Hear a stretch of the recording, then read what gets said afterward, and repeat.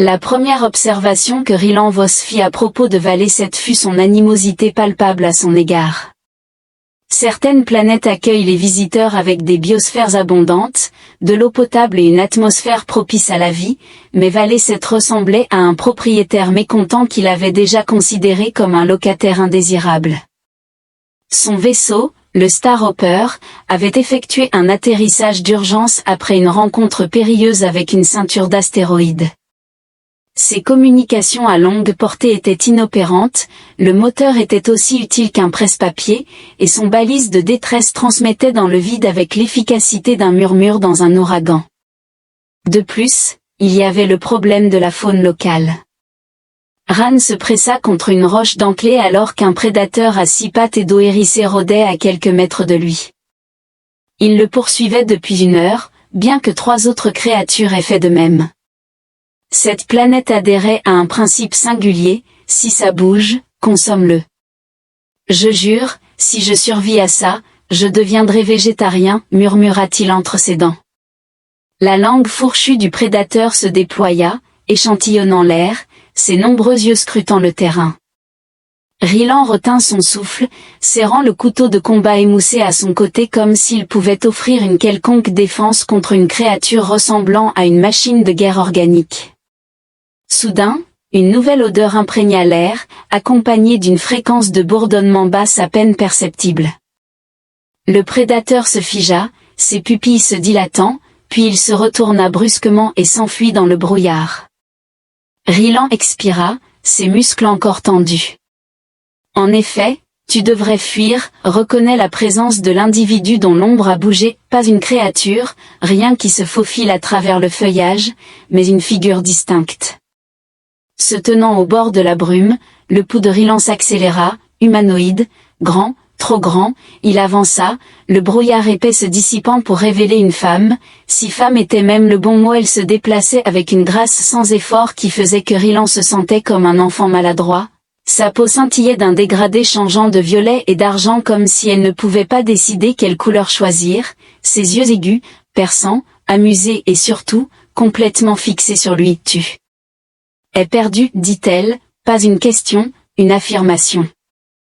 Ryland cligna des yeux, ouais, on pourrait dire ça, tu n'appartiens pas à cet endroit, aussi très vrai, 10 points pour toi. Elle inclina la tête en le considérant. Le silence s'étira un peu trop longtemps pour être confortable, alors Ryland continua, tu n'aurais pas, besoin d'un abri? Waouh, d'accord, direct au but, j'adore ça, mais avant que je ne commence à suivre des étrangers au hasard dans des endroits mystérieux, tu vas mourir si tu restes ici encore une fois. Un argument très convaincant, vraiment, tu vends bien. Une autre pause, elle ne clignait pas des yeux, est-ce qu'elle clignait même des yeux? Je t'offre la sécurité. Elle parla d'une voix douce et calme, viens avec moi. Brun se déplaça sur ses pieds, car chaque aspect sensé de son esprit le suppliait de rejeter la femme énigmatique offrant son aide dans un environnement extraterrestre hostile, une proposition périlleuse. Il n'y a aucune raison évidente pour son aide, cela semble être une décision périlleuse, car elle semble capable d'infliger de graves dommages sans effort. Néanmoins, l'alternative était de rester dehors, où les habitants le considéraient comme un repas potentiel. La température était sur le point de chuter en dessous de 0, et son vaisseau était aussi fonctionnel qu'une brique. Il expira, reconnaissant qu'il avait fait des choix pires par le passé. Les lèvres de la femme formèrent une semblance de sourire, bien que ce ne soit pas tout à fait. Ryland la suivit dans l'habitation, qui, à première vue, semblait être une structure intégrée dans le flanc d'une colossale falaise métallique. La porte s'intégrait parfaitement à la roche, mais en entrant, Ryland remarqua 2 détails cruciaux. Ce n'était pas une grotte, c'était plutôt une structure atypique. Les murs étaient lisses, émettant une lueur bioluminescente subtile qui pulsait rythmiquement, ressemblant à un battement de cœur, dépourvu de toute source lumineuse évidente ou de bords rugueux. L'air exhalait un parfum inhabituel, ni moisi ni rance comme on aurait pu s'y attendre, mais plutôt propre et presque électrique, avec une trace de quelque chose d'épicé, peut-être de la cannelle. Un léger bourdonnement imprégnait l'environnement, comme si tout l'espace était animé. Rylan siffla, en remarquant que c'était un bel endroit, certainement pas un piège mortel élaboré. La femme resta silencieuse. Il fit un encercle et demanda, « Alors, comment appelez-vous cet endroit ?»« La maison de l'hospitalité légèrement suspecte ?» Toujours aucune réaction, ou peut-être pourrait-on l'appeler le bungalow extraterrestre tout à fait inoffensif. Elle grogna. « Tu parles trop. » En effet, cela me sert de mécanisme d'adaptation, m'aidant dans les nombreuses situations périlleuses que je rencontre. Elle se détourna, avançant plus profondément dans le complexe, tandis que les murs changeaient avec son mouvement, les panneaux se fermant et les surfaces se réarrangeant. L'estomac de Rylan fit un retournement progressif et inconfortable, il se racla donc la gorge. Ce n'est pas que je n'apprécie pas le sauvetage, mais pour clarifier, commença-t-il, alors que la porte derrière lui se ferma et se verrouilla, un clic mécanique profond résonnant dans toute la chambre. Rylan devint complètement immobile, cette réponse ressemblait moins à une reconnaissance courtoise qu'à une indication que l'on était entré par inadvertance dans une position précaire. La femme se tourna pour l'affronter, son visage calme et impassible. « Vous serez en sécurité ici, déclara-t-elle. Rylan força un sourire, affirmant qu'il perçoit la sécurité et l'emprisonnement comme des sensations nettement contrastées. Elle l'observa attentivement, son estomac se contracta.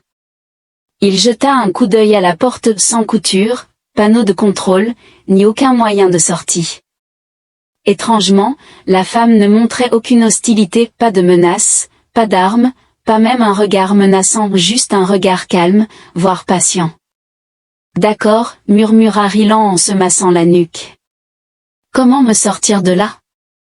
Elle ne cligna pas des yeux, déclarant « Vous ne le faites pas », Rylan fixa la porte, qui n'était pas vraiment une porte mais plutôt une barrière impénétrable ayant feint d'être une porte pendant un bref instant avant de le sceller avec une femme extraterrestre qui pouvait ou non avoir une interprétation large du terme « sûr ». Il expira lentement, se décalant sur ses talons.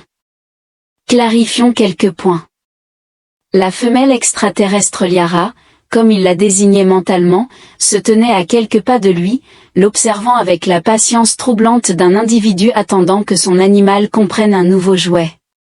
Rylan a hoché la tête de manière ambiguë vers la sortie scellée lorsque vous avez déclaré que je serais en sécurité ici. Vouliez-vous vraiment dire que je suis maintenant votre invité, ou plutôt un prisonnier, et que cette maison est en fait une chambre d'évasion sophistiquée sans moyen d'évasion ? Liara inclina légèrement la tête. Oui. Rylan cligna des yeux. Oui, à quelle partie ? Oui.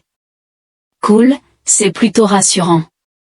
Il recula vers la porte, effleurant sa surface de la paume de la main, elle était fraîche, d'une douceur déconcertante, et ne cédait absolument pas, pas de poignée, pas de clavier, aucun mécanisme discernable. C'était comme si la porte n'avait jamais existé. Il se murmura à lui-même, pas de problème, il me suffit de comprendre le fonctionnement de cet endroit, de trouver la sortie cachée, bien que la maison n'ait pas de sortie secrète.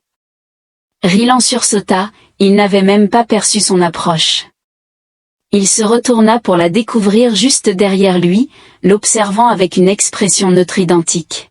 « Pourriez-vous, je ne sais pas, faire du bruit en marchant ?» demanda-t-il en se frottant la tempe. « Prévenez un homme. »« Pourquoi ?» répondit-elle.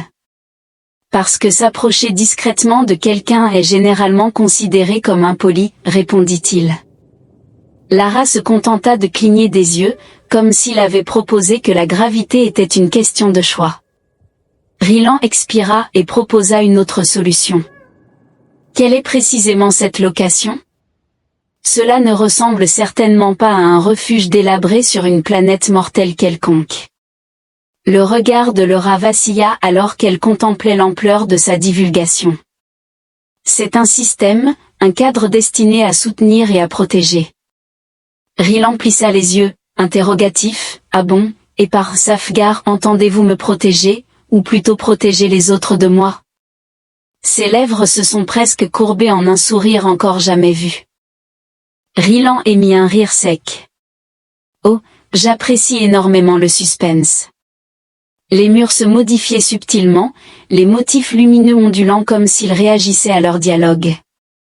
L'ensemble de l'environnement exhalait une vitalité qui suscitait un malaise, ni mécanique ni artificiel, mais plutôt un amalgame des deux. Donc, ce système, remarqua-t-il. En observant les murs, il est assez astucieux, n'est-ce pas? Lyre inclina la tête en signe d'affirmation, semblable à une IA très intelligente ou à un scénario de grille-pain nettement avancé. Elle fronça effectivement les sourcils en direction du grille-pain. Un appareil qui vous manquait de grille-pain? Que consommes-tu à la place de répondre? Lara se retourna et s'enfonça plus profondément dans le complexe. Ryland réfléchit, puis soupira, oui, poursuivons l'alien potentiellement périlleux plus profondément dans la maison énigmatique. Excellente compétence en prise de décision, Ryland, c'est pourquoi tu es toujours ici. Il continua de suivre, car il n'y avait pas d'autre choix pendant qu'il traversait les couloirs. L'appréhension de Ryland s'intensifia. La construction était excessivement fluide et organique, se transformant silencieusement à mesure qu'il traversait. Il n'y avait ni porte ni couture, seulement des arcades qui se matérialisaient au désir de Liara et disparaissaient silencieusement derrière eux. Très bien, remarqua Ryland après que la troisième porte se soit évaporée derrière lui. Allez-vous expliquer le fonctionnement de cet endroit, ou dois-je présumer qu'il est enchanté? Lara s'arrêta devant une structure qui semblait être un mur, plaçant sa paume sur sa surface. Immédiatement, le matériau se désintégra, révélant une chambre intérieure. Ryland entra et s'arrêta instantanément, ce n'était pas une pièce mais un espace peuplé de sphères de lumière flottantes et mouvantes suspendues dans les airs. Certaines étaient minuscules et radieuses, tandis que d'autres étaient colossales et pulsantes comme des étoiles lointaines. La bouche de Ryland se dessécha, elle ressemblait à des corps célestes. « Attends, murmura-t-il, est-ce une carte ?» Lara s'approcha de lui, portant un recueil de sagesse et d'histoire. Ryland se tourna vers elle, racontant l'histoire de ceux qui avaient croisé son regard auparavant, lui envoyant un frisson dans le dos. Il regarda à nouveau les sphères lumineuses dizaines, peut-être des centaines de systèmes planétaires, chacune représentée comme une lumière flottante. Il tendit la main, hésita, puis toucha le plus proche. Un affichage holographique s'illumina, révélant un nom, des coordonnées et une date. L'estomac de Ryland se noua, c'est une liste d'individus. Lara hocha la tête. Ryland fit un pas en arrière délibéré. Où sont-ils maintenant? Demanda-t-il. Elle ne répondit pas immédiatement. Préservés, déclara-t-elle finalement. Ryland désapprouvait son choix de mots. Préservés, insista-t-il. Si vous voulez dire qu'ils ont été renvoyés chez eux sains et saufs, c'est excellent. Cependant, si vous sous-entendez préservés comme d'en ranger dans une sinistre chambre cryogénique de science-fiction, alors j'ai des réserves. Lara l'examina, d'un ton excessivement calme, déclara, « Vous n'avez pas à vous inquiéter, votre position n'a pas encore été déterminée. » Le sang de Ryland se glaça alors qu'il faisait un pas en arrière, son cœur battant la chamade. En effet, c'est une déclaration plutôt rassurante. Elle inclina la tête comme si c'était lui qui se comportait de manière étrange. Vous ne comprenez pas, vous périssiez en dehors du système, qui existe pour soutenir et préserver. Ryland força un sourire, bien que cela lui semble instable. Que se passe-t-il quand il décide que je n'ai plus besoin de préservation? Pour la première fois, le regard de Lara scintilla avec quelque chose de nouveau, quelque chose de dangereusement proche de l'amusement. Elle remarqua, cela dépend de vous.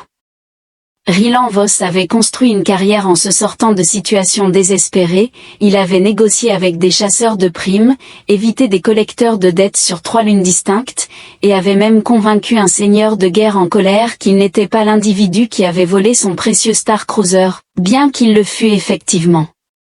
Cependant, être piégé dans une structure extraterrestre changeante aux côtés d'une femme énigmatique qui parlait en énigmes et collectait des pilotes perdus comme s'ils étaient des souvenirs était une expérience sans précédent. Rylan se racla la gorge, forçant sa voix à adopter un ton posé, résolument non paniqué. Alors, quand vous dites que ma résidence n'a pas été. Une décision a-t-elle été prise? Cela implique-t-il l'existence d'une période d'essai ou d'une garantie de remboursement? Quelle est la politique de retour concernant cette initiative de préservation? Lara resta impassible, il n'y a pas de retour. Il redirigea son attention vers la carte lévitante de sphères luminescentes, chacune symbolisant une âme perdue qui l'avait précédée. Certaines sphères étaient faibles, vacillant comme des braises mourantes, tandis que d'autres irradiaient de manière vibrante, pulsant avec un rythme qui semblait presque conscient.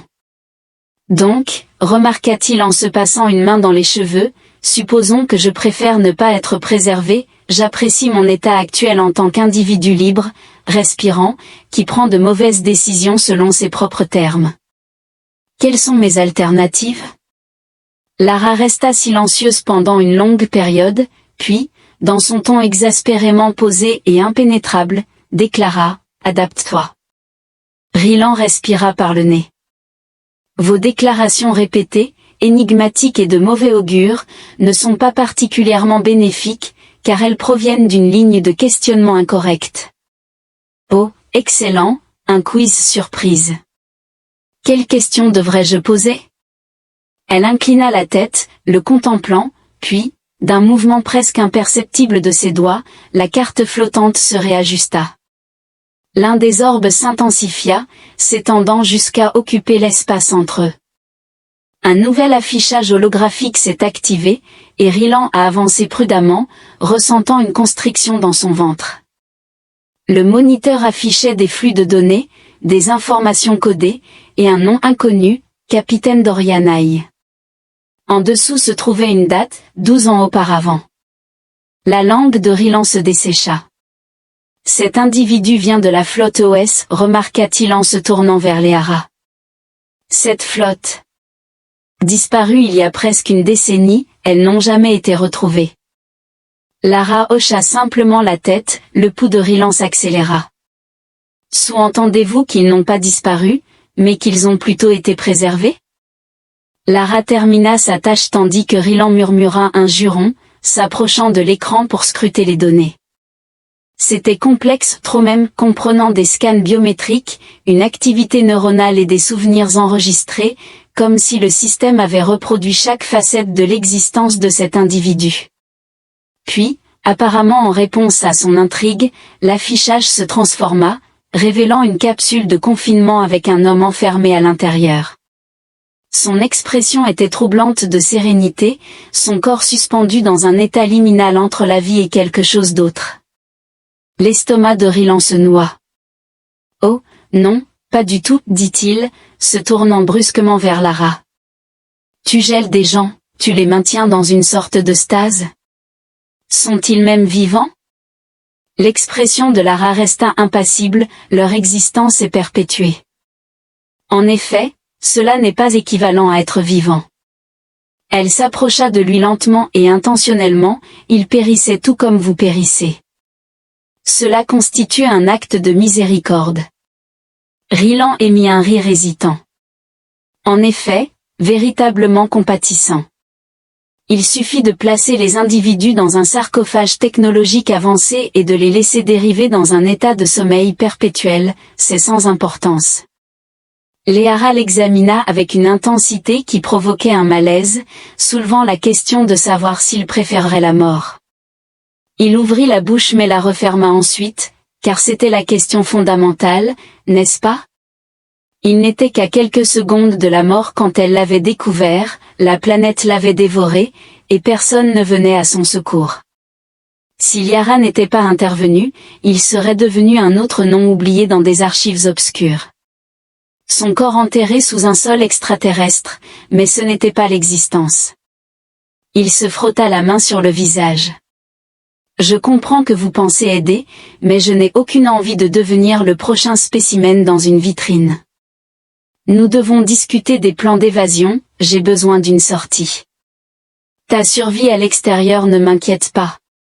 Liera fit un autre pas délibéré, insinuant que vous avez le choix. Les doigts de Rylan se crispèrent vers sa ceinture, où son unique arme restante, un petit multi-outil avec une lame émoussée, reposait inutilement. Il força un sourire, déclarant « Je n'apprécie pas quand les gens prononcent de telles remarques, cela se termine généralement mal pour moi. » Pour la première fois, l'expression de Liara changea légèrement, révélant une lueur d'amusement dans ses yeux. « Alors peut-être que tu devrais t'abstenir de faire de mauvais choix, suggéra-t-elle. Rylan grogna. Ô splendide, la femme extraterrestre immortelle et étrange a développé un sens de l'humour. C'est le jour le plus terrible de ma vie. Avant qu'il ne puisse contester davantage, l'espace se transforma encore une fois, les murs se reconfigurant avec un mouvement fluide, presque organique, révélant un nouveau passage qui menait à un couloir orné de panneaux lisses et lumineux. Lara répondit, « Viens. » Véritable hésitation, « Et si je refuse, tu ne feras pas une supposition présomptueuse. » Elle se retourna vers lui en disant, « C'est ta curiosité qui te soutiendra pour le moment. » Rylan exhala en secouant la tête, « Ouais super, ignorons tous le fait que je suis définitivement conduit plus profondément dans un labyrinthe extraterrestre de haute technologie, mais comme toujours, il a suivi parce qu'elle avait raison sur une chose, la curiosité était sa plus grande faiblesse et en ce moment, il mourait d'envie de savoir dans quoi il s'était fourré. Rylan Voss avait été dans beaucoup de mauvaises situations auparavant, une fois, il avait réussi à se sortir d'un duel avec un assassin lézard de 2,1 mètres en prétendant être un chanteur d'opéra célèbre, une autre fois, il avait à peine échappé à une prison de contrebandiers en soudoyant les gardes avec une carte au trésor fausse qui ne menait à rien d'autre qu'à un marais rempli d'amphibiens extrêmement agressifs, mais être piégé à l'intérieur d'une maison extraterrestre qui semblait vivante. Avec une femme illisible qui avait peut-être des plans pour le mettre dans un pod de stase de haute technologie pour toujours, ouais, en tête de liste. Il suivit Liara dans le couloir mouvant, essayant d'ignorer le fait que les murs bougeaient légèrement chaque fois qu'il clignait des yeux, comme s'ils s'ajustaient à leur présence. L'air vibrait, chargé d'une sorte d'énergie invisible, tout l'endroit semblait conscient, comme s'il écoutait. Alors Rylan dit, gardant un ton léger, « Que se passe-t-il maintenant ? Est-ce que je vais avoir un festin d'adieu avant ma préservation obligatoire ? Peut-être une plaque commémorative qui dit « Ici repose Rylan Voss, idiot de l'espace bien-aimé, point. » Lara continua de marcher, « Tu es distinct du reste. » Oh, comme il est splendide d'être le cas exceptionnel qui me favorise toujours. Tu fais preuve de résilience. C'est amusant de voir à quel point les gens chérissent leur autonomie. Elle lui jeta un coup d'œil furtif. De nombreuses autres personnes ont exprimé leur gratitude. Rylan cligna des yeux. Attends, un instant. Vous suggérez que les individus que vous avez préservés étaient contents de cela ? Certains l'ont même choisi ? Il s'arrêta dans son élan. Tu es sérieux ? Léa se tourna pour l'affronter. Son regard resta inébranlable, certains périssaient, d'autres étaient seuls, à la dérive, sans avenir en dehors de la souffrance et de la terreur. Le système leur a présenté une alternative. Rylan, laissez cela résonner, c'était imprévu. Très bien, remarqua-t-il après une pause, en supposant que certains d'entre eux aient réellement désiré être présents, cela n'explique pas les autres, ceux qui n'ont pas choisi d'être ici, ceux qui... Il marqua une pause puis demanda, ont-ils engagé le combat ? Le silence de Lara suffisait comme réponse. Rylan se gratta le front. Oui, je m'en doutais. Vous semblez mal comprendre, remarqua-t-il en lâchant un rire sans humour. De mon point de vue, cela ressemble toujours à un zoo sinistre et high-tech pour les malheureux voyageurs de l'espace. Liara l'examina, pour la première fois, prononça une déclaration qui le laissa sans voix. Voudriez-vous voir par vous-même ? Les murs scintillèrent, se déplaçant autour d'eux, et une porte apparut là où il n'y en avait jamais eu auparavant, menant à une chambre remplie de rangées de pods lisses et lumineux. L'estomac de Rylan se serra en entrant, son cœur battant la chamade. Chaque pod abritait une personne, certaines humaines, d'autres extraterrestres, figées dans le temps. Leur corps restait parfaitement immobile, ils n'étaient ni morts ni vivants, mais suspendus. Rylan s'approcha de la capsule la plus proche, où un gars se trouvait. Son visage était troublant de sérénité, avec une respiration faible mais régulière. Un petit panneau sur le côté s'illumina, révélant un nom, un souvenir, une décision.